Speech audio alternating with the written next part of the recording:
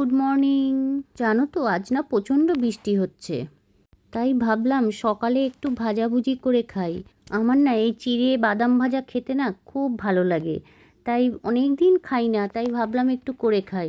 এত টেস্টি লাগে না খেতে, কি বলবো। একটু গোলমরিচের গুঁড়ো, একটু নুন ছড়িয়ে দিয়েছি আর একটা শুকনো লঙ্কা ভেজে নিয়েছি।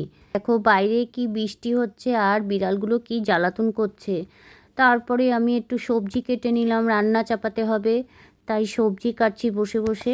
আমি না মেঝেতে বসে বটি দিয়ে সবজি কাটতে পারি না, কষ্ট হয়, সেই জন্য আমি চেয়ারে বসে টেবিলের ওপর সবজি কাটি। সবজি তো কাটা হয়ে গেছে, এবার আমি আমের চাটনিটা আগে করে নিচ্ছি।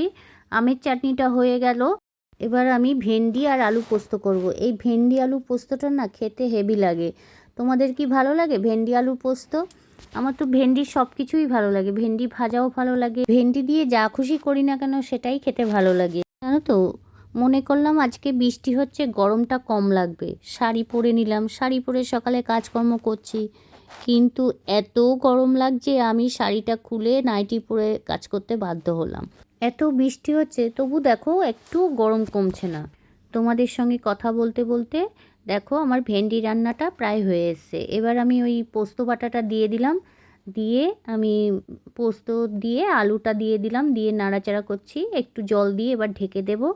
পোস্তটা হতে লাগুক, আর দেখে আসি ঘরে কি অবস্থা। অনেকক্ষণ ধরে আমার সোনামণিদের কোনো খোঁজই পাচ্ছি না, দেখি তো কি করছে। নিজেরই জায়গা নেই, এই যে দখল করে নিয়েছে সব, পুরো খাটটা জুড়ে ওরা। দেখেছ কি অবস্থা, দেখো। তাও ভালো যে ওরা যে যার মতো ঘুমাচ্ছে, আমি ভাবলাম কি না জানি কি করছে, চুপচাপ রয়েছে। আমার ভেন্ডি আলু পোস্তটা হয়ে গেছে, চাটনি হয়ে গেছে, মাছের ঝোলটাও হয়ে গেছে, আর কালকের 2 পিস মাছ ছিল সেটা ভাজা করেছি। মাঝে সাঝে মাছ ভাজা খেতেও খুব ভালো লাগে বলো। সন্ধ্যেবেলায় ছিল আমাদের প্রোগ্রাম, পূর্ণিমা দিদিভাই এসেছে কলকাতা থেকে বনগাঁয়, আর আমরা সবাই মিলে এখন বেরোবো কি আমরা অলরেডি বেরিয়ে গেছি শপিং মলে। নতুন একটা শপিং মল উদ্বোধন হয়েছে 2 দিন আগে, সেটাতেই গিয়েছিলাম কালেকশান দেখতে, কিন্তু কেউ কিছু কিনেনি, সবাই ঘুরে টুরে দেখে চলে আসলাম, পরে কিনবো সুবিধা মতো। এদিকে বাইরে বিশাল বৃষ্টি হচ্ছে, সেই জন্য ভাবলাম যাই কিছু খাবার দাবার কিনে নিয়ে কোনো এক বান্ধবীর বাড়ি চলে যাই, সেখানে গিয়ে আমরা বসবো। যেই ভাবা সেই কাজ, কিছু খাবার কিনে নিয়ে চলে গেলাম পম্পা দিদিভাইয়ের বাড়িতে।